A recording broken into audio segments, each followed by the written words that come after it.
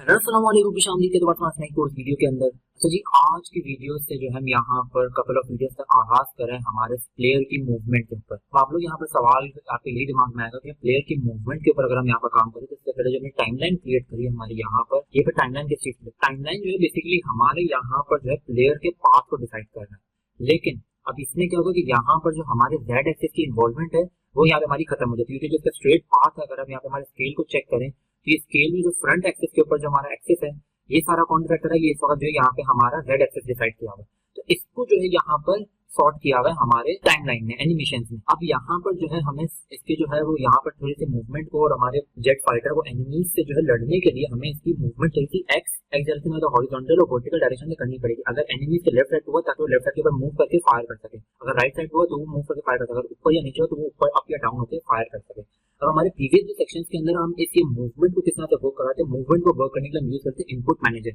अगर आपको याद हो तो हमने मूवमेंट के लिए कंट्रोल स्क्रिप्ट, मूवमेंट स्क्रिप्ट जो यहाँ पे कंट्रोल क्रिएट करते थे उसके अंदर में इनपुट नाम के इनपुट फंक्शन आप यूज करते थे। मैं डिटेल के अंदर आपको सारा यूनिटी के डॉक्यूमेंटेशन से भी आपको सारा दिखाया था कि इनपुट फंक्शन किस तरह से वर्क करता है। अब फॉर दिस पर्टिकुलर सेक्शन हम जो यहाँ पर भी इनपुट सेक्शन इनपुट मैनेजर को यूज करेंगे, लेकिन साथ ही साथ आपको थोड़ा सा इंट्रोडक्शन करवाते हैं एक और चीज से। यहाँ पर जो इनपुट मैनेजर जो है ये इनपुट लेने का एक ओल्ड सिस्टम है, और यूनिटी ने रिसेंटली अपना एक नया सिस्टम इनपुट के लिए लॉन्च किया इनपुट सिस्टम के नाम से। इससे पहले जो है वो इनपुट मैनेजर यूज होता था, अब यहाँ पर आ चुका है इनपुट सिस्टम। तो ये दो जो है वो अलग अलग, ये जो प्रीवियस वर्जन था ये नया वर्जन है। तो हम इस सेक्शन के अंदर यहाँ पर क्या यूज करने वाले, तो इस पर्टिकुलर सेक्शन के अंदर मैं जो हूँ वो पुराना वाला ओल्ड इनपुट मैनेजर ही यूज करूंगा, नया इनपुट सिस्टम को यूज नहीं करूंगा। उसकी वजह क्या है, उसकी वजह ये है कि अभी जो है ये न्यूली लॉन्च है और ये थोड़ा सा बगी है, ये स्टेबल नहीं है इस वक्त। ये एसेट पैक जो है ये कंट्रोलेशन जो है इतनी स्टेबल नहीं है, तो यहाँ पर जो ये प्रॉब्लम क्रिएट करती है। और वाइल जब लर्निंग स्टेज के अंदर तो हमें बिल्कुल भी जो ऐसी चीजों को यूज नहीं करना चाहिए जो स्टेबल ना हो, क्योंकि वो उसके अंदर प्रॉब्लम होने की वजह, क्योंकि जब आप लर्निंग स्टेज के अंदर तो आपको हर एस्पेक्ट नहीं पता होता उस एनवायरमेंट का। जब वो प्रॉब्लम क्रिएट होती है तो वो आप उसी में ही उलझे रह जाते हो, आप ये आइडेंटिफाई नहीं कर पाते, डिबग नहीं कर पाते कि प्रॉब्लम क्या है। दरअसल वो प्रॉब्लम आपकी साइड से ना भी हो, प्रॉब्लम ऐसे जो आप चीज यूज करो उसके अंदर प्रॉब्लम हो, तो उसको आपको टैकल करना बड़ा मुश्किल हो जाता है। तो आपकी लर्निंग के लिए हम जो है यहाँ पर पुराना इनपुट मैनेजर यूज कर रहे हैं, लेकिन यहाँ पर जो आपको एक वीडियो के अंदर, इसके बाद नेक्स्ट वीडियो के अंदर मैं आपको यकीनन जो है वो नए इनपुट सिस्टम से भी कोड लिखना सिखाऊंगा। जो कोड आज हम यहाँ पर ओल्ड इनपुट मैनेजर के लिए यूज करने वाले हैं वही मैं आपको अगली वीडियो में नए इनपुट सिस्टम से भी करके दिखाऊंगा, ताकि अगर जब ये कोर्स आप देख रहे हैं उस वक्त तक अगर नया इनपुट सिस्टम जो है वो स्टेबल हो चुका है या फिर इतना स्टेबल हो गया कि यूनिटी ने जो पुराने इनपुट मैनेजर को यहाँ पर ड्रॉप कर दिया और अब सिर्फ नया इनपुट सिस्टम ही यहाँ पर है, तो आप उसको भी सही से यूज कर सके और उसके कंट्रोल्स के अंदर जो ज्यादा यहाँ पर चेंजेस नहीं है। तो मैं आपको दोनों चीजें यहाँ पर साथ साथ लेकर दिखाऊंगा। तो यहाँ पे एडिट करने चलते हैं, प्रोजेक्ट सेटिंग्स के अंदर यहाँ पर हम आएंगे और यहाँ पर आप देखिए ये इनपुट मैनेजर यहाँ पर मौजूद है। इस इनपुट मैनेजर देखिए यहाँ पे सब खाली है, लेकिन इस दो मैसेजेस के बीच में यहाँ पे एक्सेस नाम का एक हमारा बटन मौजूद है। जैसे यहाँ पे इसको नीचे लगा तो यहाँ पे मल्टीपल जो यहाँ पे हमारे पास ऑप्शन खुल जाते हैं, हॉरिजॉन्टल, वर्टिकल, फायर, ये सारे ऑप्शन है जो हमने हमारे लास्ट सेक्शन के अंदर आई थिंक तो यहाँ पर फोर्थ सेक्शन या सेकंड सेक्शन के अंदर इसको कवर भी किया था। तो यहाँ पर अगर आप देखें तो इसके अंदर जो यहाँ पर ये हॉरिजॉन्टल जो हमारे कीबोर्ड के लिए यहाँ पर टाइप की और माउस बटन, तो यहाँ पे लेफ्ट और राइट मूव करने के लिए। अब यहाँ पर वर्टिकल आ जाते हैं तो ये भी हमारा up down S W keys और ये की और माउस बटन। अब इसी के साथ थोड़ा सा और अगर यहाँ पर हम नीचे चले जाएं तो यहाँ पर दोबारा से जो आप इसको यहाँ पर हॉरिजॉन्टल और वर्टिकल देख सकेंगे, लेकिन इस दफा जो ये हॉरिजॉन्टल और वर्टिकल दोबारा नहीं हो जाएगा, दोबारा नहीं हो जाएगी, टाइप जो है इस बार यहाँ पर जॉयस्टिक एक्सेस को रखा गया है। तो इस तरह से जो यहाँ पर हर तरह के, अब यहाँ पर आपको अगर ताकि आप जो भी डिवाइस यूज कर रहे हैं आपके इनपुट लेने के लिए, आप या तो माउस यूज कर रहे हैं या फिर आप कीबोर्ड यूज कर रहे हैं या फिर आप जॉयस्टिक यूज कर रहे हैं, तो हर तरह के इनपुट डिवाइस से जो आप इसके अंदर से इनपुट दे सको। अब ये अगर आप मल्टीपल डिफरेंट डिवाइसेस यूज कर रहे हैं तो इसके लिए जरूरी नहीं कि आपको डिफरेंट डिवाइसेस डिफाइन करनी पड़ेगी, नहीं, उन सबकी डेफिनेशन जो है यहाँ पर हर टाइप ऑफ डिवाइस के लिए यहाँ पे हॉरिजॉन्टल के अंदर स्टोर हुई है। तो जो मैं कोड अपने कीबोर्ड से एक्सेस इनपुट लेने के लिए यूज कर रहा हूँ, आप सेम कोड अगर आप अपने जॉयस्टिक अगर आपके अवेलेबल है तो आप उसके अगर करेंगे तो वो जॉयस्टिक से भी आपका कंट्रोल हो जाएगा। ठीक है जी, तो यहाँ पर आप इस चीज को यहाँ पर हम इनपुट मैनेजर को हमें यहाँ पर एक्सेस करना है हमारे कोड के थ्रू, जैसे हम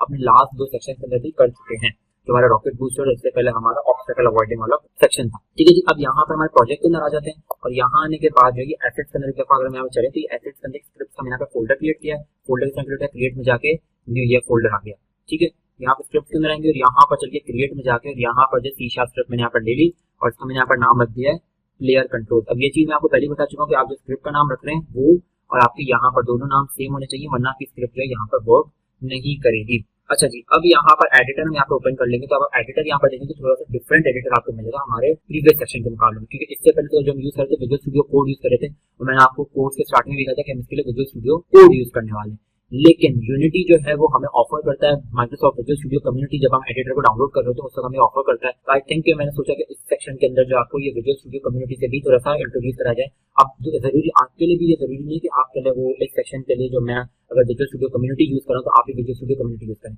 क्योंकि ये दोनों जो है ये IDE है, इंटीग्रेटेड डेवलपमेंट एनवायरनमेंट, ये वो आपको एनवायरनमेंट प्रोवाइड करते हैं जहाँ पे आप कोड लिख सको। अब इसके अंदर लिखने वाला कोड जो है वो सेम होने वाला है, क्योंकि इसके ऊपर जो लैंग्वेज है C# है। अब चाहे वो आप इसको यहाँ पे माइक्रोसॉफ्ट विजुअल स्टूडियो कम्युनिटी के अंदर लिखो, विजुअल स्टूडियो कोड में लिखो, या फिर आप नॉर्मल जो हम HTML के नोटपैड भी यूज करते हो चलो आप उसके ऊपर लिखो, वो कोई भी चीज के ऊपर आप नेटबीन्स हो गया, बहुत सारे सॉफ्टवेयर है जिसको आप यूज कर सकते हो, आप किसी को भी लिख रहे हो, उससे डिपेंड नहीं करता, डिपेंड करता है लैंग्वेज कौन सी है। तो आप जो यहाँ पर विजुअल स्टूडियो कोड के बजाय यही कोड लिख सकते हैं। अगर आप विजुअल स्टूडियो कोड के बजाय ओपन करते थे तो भी मतलब यही स्क्रिप्ट आती थी, कुछ नया नहीं आता था इसमें, ठीक है। अच्छा, अब यहाँ सवाल आता है कि अगर आपको भी यहाँ पर विजुअल स्टूडियो कम्युनिटी चाहिए तो आप क्या कर सकते हैं, अगर आप भी इसको जो है वो एक्सपीरियंस करना चाहते हैं तो यहाँ पर आप यूनिटी हब के ऊपर आएंगे, इंस्टॉल्स के अंदर आपने यहाँ पर जाना है, और यहाँ पर आपका जो आपने एडिटर यहाँ पे इंस्टॉल किया था इनिशियल कोर्स के इनिशियल के अंदर, तो वहां पर आपको ये शो होगा। आप यहाँ सेटिंग्स के बटन में जाएंगे और ऐड मॉड्यूल्स में जैसे टॉप के ऊपर आपको माइक्रोसॉफ्ट विजुअल स्टूडियो कम्युनिटी यहाँ पर शो होगा। अब क्योंकि मैं इसको ऑलरेडी डाउनलोड कर चुका हूँ इसलिए यहाँ पे मुझे डाउनलोड का यहाँ पे टिक का बटन नहीं आ रहा, आप इस तरह से यहाँ पे इसको टिक के प्रेस करके यहाँ पर इंस्टॉल पे प्रेस कर सकते हैं और आपका ये डाउनलोड हो जाएगा। लेकिन मैं आपको यही रेकमेंड करूंगा कि अगर आपके पास विजुअल स्टूडियो कोड वर्क कर रहा है तो आप इसी को यूज कर लें, और अगर आप ऑलरेडी विजुअल स्टूडियो कम्युनिटी मौजूद है और आपको ये नहीं पता कि अगर आप खोल रहे हैं तो विजुअल स्टूडियो कोड ही खोल रहा है, तो उसके लिए आप क्या कर सकते हैं, उसके लिए आपने करना है कि आप एडिट में जाना है, यहाँ पे प्रेफरेंसेस के अंदर आएंगे, प्रेफरेंसेस को जैसे ही आप आएंगे तो यहाँ पर जो है एक्सटर्नल टूल्स, जो ये एक्सटर्नल टूल्स के अंदर आपका एक्सटर्नल स्क्रिप्ट एडिटर, यहाँ पर आप देखेंगे आपको विजुअल स्टूडियो कोड आपका सिलेक्ट होगा, आपने यहाँ पर विजुअल स्टूडियो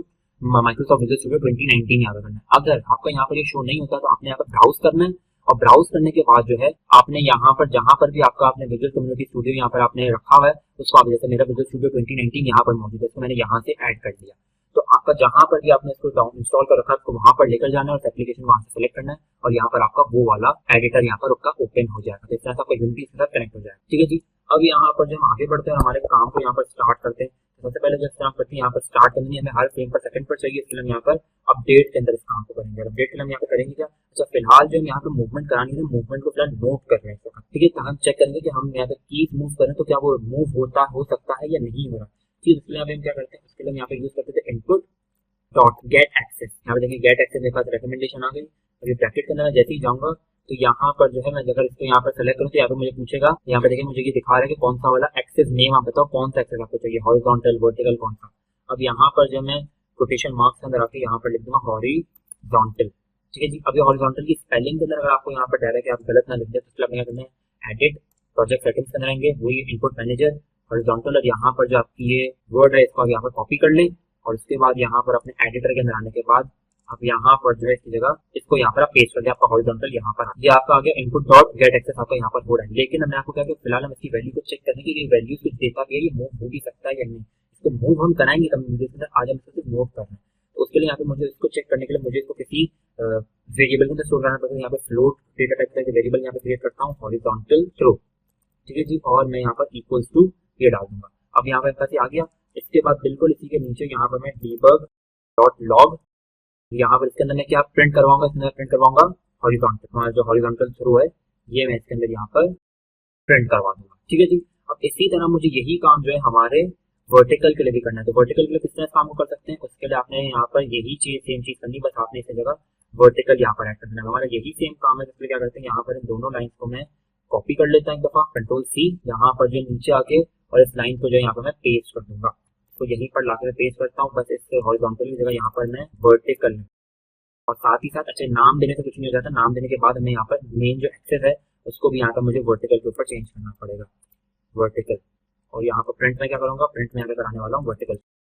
ठीक है जी, अब यहाँ पर जो है हमारा कोड यहाँ पर परफेक्टली यहाँ पर ऐड हो चुका है। इसको क्या करते हैं, अब यहाँ पर जो देखिए प्लेयर डॉट सी एस के ऊपर यहाँ पे स्टार है, जैसे हमारे विजुअल स्टूडियो कोड के ऊपर आ रहा होता है, इसको यहाँ पर सेव करते हैं, ये स्टार हमारे यहाँ से चला गया, मतलब ये स्टोर हो चुका है। अब यहाँ से मिनिमाइज करते हैं, हमारे एडिटर यूनिटी के ऊपर दोबारा जाते हैं, यूनिटी एडिटर के ऊपर एक दफा ये स्क्रिप्ट को जो एनालाइज करेगा, उसके बाद हमारा ये वर्क करना शुरू कर देगा। अब इसके यहाँ पर सवाल आता है, मीनवाइल जब ये लोड हो रहा है, एक और सवाल की बात करते हैं कि हमारी स्क्रिप्ट है ये लोड कहाँ होगी, बेसिकली इसको कहाँ पर ऐड करना है, हमें किसी जब तक स्क्रिप्ट वर्क नहीं करेगी जब तक हम किसी गेम ऑब्जेक्ट के साथ इसको ऐड नहीं करते, तो हमें किस गेम ऑब्जेक्ट से ऐड करेंगे। यहाँ पर जो हमारा ये प्लेयर का जो हमारा ये दफा इसको बंद करते हैं, जो प्लेयर का पेरेंट है यहाँ पर ऐड करेंगे या जो हमारा मेन शिप है वहाँ ऐड करेंगे। इस सवाल का बिल्कुल सिंपल जवाब ये है कि जहाँ पर जिसको आपको मूव करवाना है उसको, अब मुझे यहाँ पर कैमरा को मूव करना, कैमरा जो है मेरा ये इस फ्रेम के अंदर यहाँ पर बहुत इजीली यहाँ पर रहेगा। ठीक है, मुझे इस कैमरा इस हदूद में रहते हुए, इस बाउंड्रीज में रहते हुए अपने प्लेन को मूव करवाना है। ठीक है जी, तो मैं यही काम यहाँ पर करने वाला हूँ। तो यहाँ पर जो ये हमारी स्क्रिप्ट है मैं इसके ऊपर ऐड करूँगा। यहाँ पर चलते हैं और ये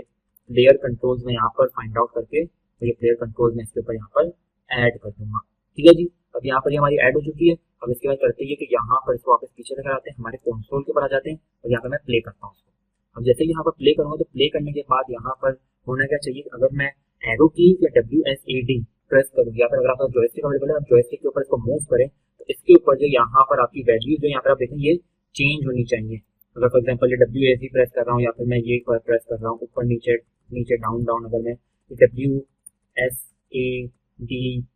मतलब ये मेरी वैल्यूज जो है यहाँ पर ले रहा है। अच्छा, अब यहाँ पर आप चेक करें तो यहाँ पर जो है ये वैल्यू, अच्छा इसको एक दफा जो यहाँ पर मैं